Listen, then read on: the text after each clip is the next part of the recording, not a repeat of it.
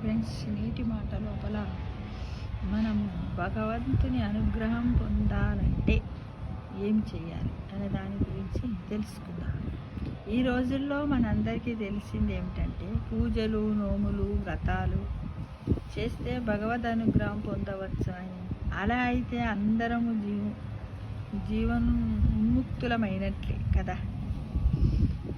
అయితే సముద్రం నుండి నీరు వేడిమికి ఆవిరై పైకి పోవుట చేత మేఘములు ఏర్పడి వర్షాలు పడి పంటలు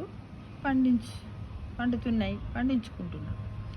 నీరే పైకి ఆవిరై కాకుండా వర్షాలు పడే అవకాశం లేదు. అలాగే మనం చేసే ప్రార్థనలు పైకి చేరితేనే భగవంతుని ఆశీస్సులు కిందికి రాగలవు అనే విషయాన్ని గమనించాలి ఫ్రెండ్స్.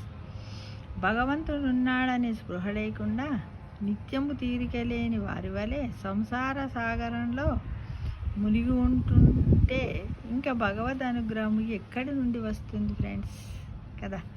సరైన సాధన చేయకుండా మీనవేషాలు లెక్క పెడుతూ కూర్చుంటే వచ్చేవి చింతలే తప్ప ఇంకేమీ రావు.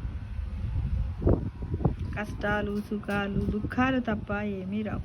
సుఖం రావాలంటే మనం ఏం చేయాలి ఫ్రెండ్స్? నిత్యము సాధన చెయ్యాలి. అంటే భగవంతుడిని అనుభవించాలి. ఏది జరిగినా ఆయన దయ అన్న భావం ఉండాలి. అప్పుడే భగవద్ అనుగ్రహము కలుగుతుందని మనమందరము కూడా నమ్మాలి, నమ్మకం ఉంచుకోవాలి. లేదా మనకు పార్ట్ టైం డివోషన్ ఉంటే ఆయన కూడా పార్ట్ టైం గ్రాస్ ఉంటుంది. అంటే మనము కూడా రోజు భగవంతునికి కొంత సమయాన్ని మనం కేటాయించాలి. 10 నిమిషాలు కేటాయిస్తావా? ఆ టైంను ఎవ్వరికి ఇవ్వద్దు. దేవుడి టైంలో దేవుడికే ఇవ్వు.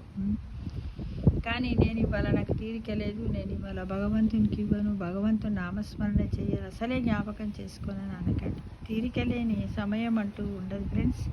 కనీసం మనము నిద్ర లేచే సమయంలోనైనా 5 నిమిషాలు భగవంతుని మీకు ఇష్టమైనటువంటి ఏ దైవాన్నైనా, ఏ స్వరూపాన్నైనా మీరు నామస్మరణ చేసుకుంటూ, ఏ దేశంలో ఉన్నా, మన మాతృదేశంలో ఉన్నా, ఎక్కడ ఉన్న భూమాతకు నమస్కరిస్తూ మీరు చేసి ఈరోజు జరిగే పనులన్నీ మీ బాధ్యత అని భగవంతుని మీద మనం ఒక భరోసాను పెట్టి మనం అక్కడి నుంచి లేచి వచ్చిన తర్వాత నువ్వు నామస్మరణ చేసినట్టే లెక్క. ఎందుకంటే కనీసం దేవుడు ఉన్నాడన్న నమ్మకం మీలో ఒక్క నిమిషమైన నీ మనస్సులో ఉన్నది కాబట్టి అంతా మంచి జరుగుతుంది. కాబట్టి ప్రతిరోజు నిత్యం సాధన చెయ్యాలి. నిత్యం ఉదయం లేవగానే మన నిత్య కాలకృత్యాలు ఎలా తెలుసుకుంటాము, భగవంతుడి నామస్మరణ కూడా అలాంటిది అని మనమందరం భావించినట్లయితే భగవంతుడు ఎప్పుడు మన వెన్నంటూ ఉంటూనే మన నుంచి పోయినటువంటి కష్టాలను, దుఃఖాలను,